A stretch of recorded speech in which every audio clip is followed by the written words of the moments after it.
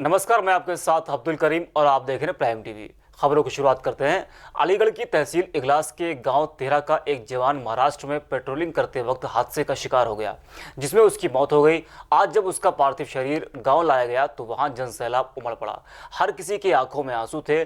जवान को उसके 3 साल के छोटे बच्चे ने मुखाग्नि दी। बता दें कि मृतक जवान 27 मई को 3 साथियों के साथ पुणे नागपुर मार्ग पर जिप्सी से पेट्रोलिंग कर रहा था। उसी वक्त जिप्सी खाई में पलट गई। आनन फानन में घायलों को पुणे के कमांड आर्मी हॉस्पिटल में भर्ती कराया गया, लेकिन शनिवार को अमित की ऑपरेशन के दौरान मौत हो गई थी। आर्मी जैसी संस्था कहीं नहीं है और ये बच्चा था जो कि ये बहुत बहादुर था और पलटन का माना हुआ बॉक्सर था। माँ बाप ने तो अपने बेटे को खोया है, लेकिन हमने बेटे से भी ज़्यादा कोई जवान को खोया है। इसका अफसोस है, समय का कुछ कर नहीं सकते, लेकिन ये बच्चा था बहुत तगड़ा बॉक्सर और बहुत तगड़ा बहादुर लड़का था। अयोध्या में राम जन्मभूमि पर रामलला के मंदिर निर्माण से पहले श्री राम जन्मभूमि तीर्थ क्षेत्र ट्रस्ट ने कैंप कार्यालय का उद्घाटन कर दिया है। मंदिर निर्माण से पहले ट्रस्ट का ये कदम महत्वपूर्ण माना जा रहा है। इस मौके पर शामिल हुए विहिप के केंद्रीय मंत्री राजेंद्र सिंह पंकज ने कहा है कि अब जल्द ही अयोध्या में रामलला के मंदिर का निर्माण होता दिखाई देगा। बता दें कि कैंप कार्यालय पर ट्रस्ट की गतिविधियों से जुड़ी सभी जानकारियां उपलब्ध होंगी। आत्मा रहती है और वो आत्मा ही सारे शरीर का संचालन करती है। वैसे ही किसी संस्था का जो कार्यालय होता है वो उस संस्था की आत्मा होती है और कार्य का संचालन उस केंद्र बिंदु से होता है। इसलिए श्री राम जन्मभूमि तीर्थ क्षेत्र ट्रस्ट का जो कार्यालय है, ये कैंप कार्यालय का आज शुभारंभ हुआ है। ये हमारे लिए सबका मंगलकारी है और अच्छी बात यह है कि आज से देश भर में जो हमारे धर्म स्थान बंद थे वो भी खुले हैं। प्रतापगढ़ पुलिस ने एक व्यक्ति की हुई हत्या का खुलासा कर दिया है। बता दें कि राम अभिलाष यादव नाम के एक व्यक्ति की हत्या कर दी गई थी, जिसकी जांच पुलिस कर रही थी। पुलिस जांच में खुलासा हुआ कि राम अभिलाष की हत्या उसके भाई उदय राज ने जमीनी लालच के चलते की है। बता दें कि प्रतापगढ़ में कई दिनों से हत्या और लूट की घटनाएं सामने आ रही हैं, जिसको देखते हुए ये कहना कहीं से गलत नहीं होगा कि एसपी अभिषेक कुमार जिले में कानून व्यवस्था सही ढंग से नहीं संभाल पा रहे हैं। सूचना प्राप्त हुई कि 60 वर्ष के एक वृद्ध राम अभिलाष यादव की थाना पट्टी के ग्राम जैतापुर में हत्या कर दी गई है, गला रेत कर। इस सूचना पर तत्काल पुलिस मौके पहुंची तो वहां सीएससी पर बॉडी लेकर परिवार वाले चले गए थे। उसमें विधिक कार्रवाई के निर्देश दिए गए थे। मेरे द्वारा स्वयं घटनास्थल का निरीक्षण किया गया था। मौके पर जो हमको फॉरेंसिक एविडेंस मिले और जो हमने आसपास बातचीत करके पाया, तो घटना में किसी परिवार वाले के होने की बात सामने आई। इनके 2 भाई थे। भाइयों से पूछताछ करने पर जो दूसरे नंबर का भाई उदय राज है, उसने इस बात को स्वीकारा कि उन्होंने अपने बड़े भाई की हत्या कर दी है। मोटिव पर उन्होंने ये बताया कि बड़े भाई की ना ही कोई बीवी थे, ना ही बच्चे थे, इसलिए ये चाहते थे कि वो अपनी सारी संपत्ति इनको दे दें, परंतु बड़े भाई वसीयत में दोनों भाइयों को बराबर संपत्ति देने की बात कर रहे थे। अभी 1 हफ्ता पहले भी इनके बीच में झगड़ा हुआ था, जिसमें बड़े भाई जो मृतक हैं उन्होंने इनको एक थप्पड़ मार दिया था, जिसकी खुन्नस भी ये रखते थे। इसी वजह से रात्रि में मौका देखकर इन्होंने हथौड़े और घर के ही चाकू से अपने बड़े भाई की हत्या कर दी। प्रतापगढ़ में एक व्यक्ति पर कुछ अज्ञात लोगों ने धारदार हथियार से हमला कर दिया। सूचना पर तत्काल स्थानीय पुलिस घायल को सीएचसी लेकर पहुंची, जहां चिकित्सकों ने उसे मृत घोषित कर दिया, जिसके बाद पुलिस द्वारा शव को कब्जे में लेकर पोस्टमार्टम के लिए भेज दिया। साथ ही मृतक के लड़के की तहरीर पर मुकदमा दर्ज कर जांच शुरू कर दी गई है।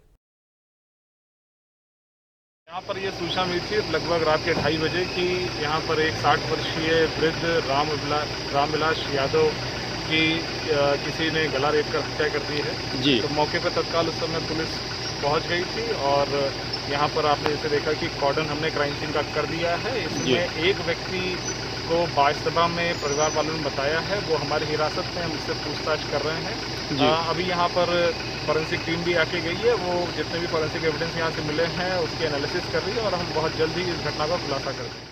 बिजनौर में एक तेज रफ्तार ट्रैक्टर की चपेट में आकर बाइक सवार की दर्दनाक मौत हो गई। मौके पर पहुंची पुलिस ने शव को पोस्टमार्टम के लिए भेज दिया है। दरअसल यह हादसा सियोहारा थाना क्षेत्र के नूरपुर रोड पर उस वक्त हुआ जब एक तेज रफ्तार ट्रैक्टर ने बाइक को टक्कर मार दी। लोगों का कहना है कि क्षेत्र में आए दिन बेतरतीब ढंग से चल रहे ट्रैक्टर ट्रॉली से लोग दुर्घटना का शिकार हो रहे हैं। गोरखपुर में भूमाफियाओं का आतंक रुकने का नाम नहीं ले रहा है। दरअसल यहां के भूमाफिया किसानों को शराब की लत लगाकर और उन्हें पैसा सूद पर देकर उनकी जमीन कम दामों में हड़प रहे हैं। मामला प्रकाश में तब आता है जब परिवार का कोई सदस्य उपनिबंधक के ऑफिस पहुंचकर यह कहता है कि हमारे घर का मुखिया भूमाफियाओं के बहकावे में आकर अपनी जमीन बेच रहा है। इस मामले में उपनिबंधक रमेश चंद्र का कहना है कि रजिस्ट्रेशन मैनुअल 241 के तहत बैनामा रोकने की 2 शर्तें हैं, विक्रेता नाबालिग हो या फिर मंदबुद्धि हो। कोई भी व्यक्ति जिसका नाम खतौनी में दर्ज है तो वह सक्षम है अपने ज़मीन को बेचने के लिए। केवल बैनामे 2 ही शर्त पर रोके जा सकते हैं, या तो नाबालिग हो या तो मंदबुद्धि हो। अनलॉक 1 के पहले दिन ही बदमाशों ने सहारनपुर में बैंक में लूट कर ली। बताया जा रहा है कि बदमाशों ने एक मिनी बैंक में घुसकर लगभग 95,000 रुपए लूट लिए। बैंक के एक अधिकारी के मुताबिक घटना को अंजाम देने के लिए 3 बदमाश बैंक में घुसे थे। हालांकि पूरी वारदात बैंक में लगे सीसीटीवी कैमरे में रिकॉर्ड हो गई है। इसके आधार पर पुलिस आरोपियों की तलाश कर रही है।